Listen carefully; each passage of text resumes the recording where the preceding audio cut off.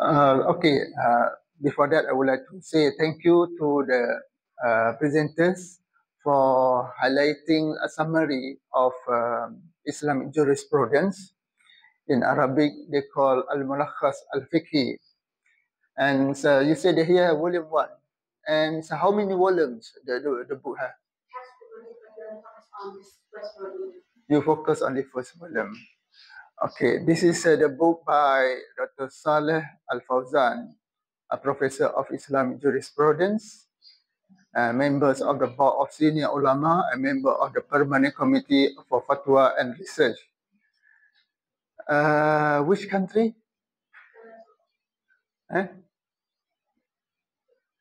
Senior ulama or the board of the senior ulama in which country? I'm sure not Brunei, right? Saudi Arabia? Because the book has been published in Saudi Arabia, right?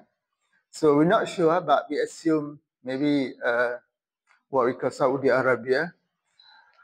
This is maybe, as I mentioned to you, good contributions to understand the fiqh method in Islam, but you only refer to the first volumes, which consists 6 chapters, I think, right? 6 chapters. The next one, this chapter 1 is about chapter 1. Chapter 1 is about purifications, consists 18 chapters, right? Maybe Bab or Kitab Al-Awwal. The first book is Purifications and consists with 18 chapters.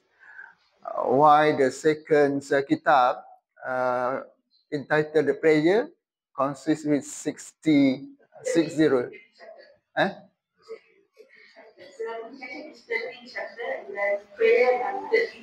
30 chapters, 30 chapters, right? So, and then the next one, kitab number 3, Zakah, consists with 9 chapters, and then what we call kitab fasting, consists 5 chapters, and the last one is kitab al-jihad.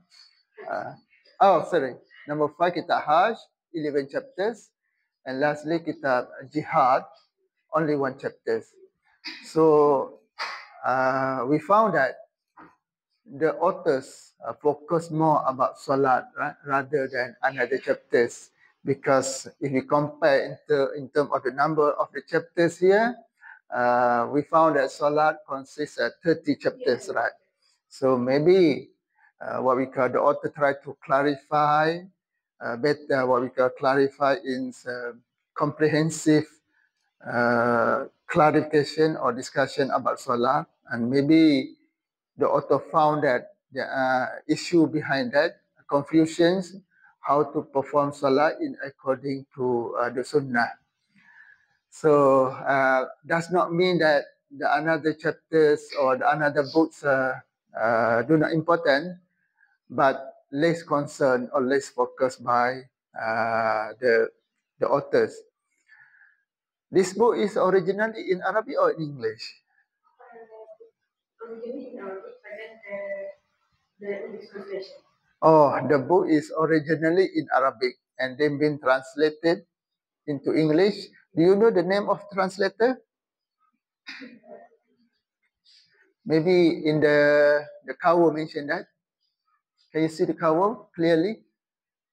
Bigger side, please. Professor.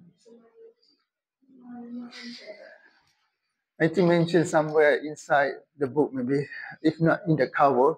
But we found that this is a very simple language because the translations, since the original one is in English, and I think in Arabic we can also refer to the book written by Sayyid Sabiq with the title Fiqh as-Sunnah. This one, that one is very comprehensive, but this one maybe the summary, I'm not sure whether Al-Mulakhas Al-Fiqhi based on Fiqh as-Sunnah, which has been written by Sayyid Sabiq, but it seems that as far as the way of discussion is concerned, what we call it. It is a good contribution to those, especially are not able to understand Arabic, and then they want to practice Islam, especially something that related to prayer, zakat, fasting, hajj, and ijtihad in simple explanations. And as we already mentioned to you, this is in volume 1, because volume 2 delve into discussion about transactions, inheritance, marriage, divorce, legal punishment, food, and judiciary, and as well as another subject, right? So we found that the first one may be considered as the fundamental fiqh matter that the readers have to understand and of course practice in daily life. Why the second volumes focus something that related to daily life, including also transaction, inheritance, marriage, divorce, and also another aspect. I'm sure that when the author discussed about food, there are something related to halal food and non-halal food here. But of course, this group only review something that related to the first volumes. And this is maybe what we call the strength of the book. There is the strength of the book is very, very, very, very important to know about that, right? This is, you see the objective here, maybe what we call to make sure that the Muslim uphold the authentic of Islamic knowledge in a summarized and structured format. This is, as I mentioned to you, the summary. So easy to understand and then direct to the point, because if you go directly to read the book by the founder of Mazhab, for example, or in another primary books written by what we call Imam Ash-Shafi'i or for his followers, sometimes very difficult to understand. But for you as a layman, good to refer to this book, right? To refer to this book in simple one and easy to understand.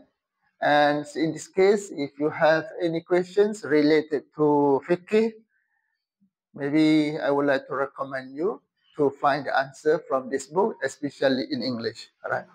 So I think this all may be the summary of what we call the review of this book with the title A Summary of Islamic Jurisprudence by Dr. Saleh Al Fawzan. Thank you very much.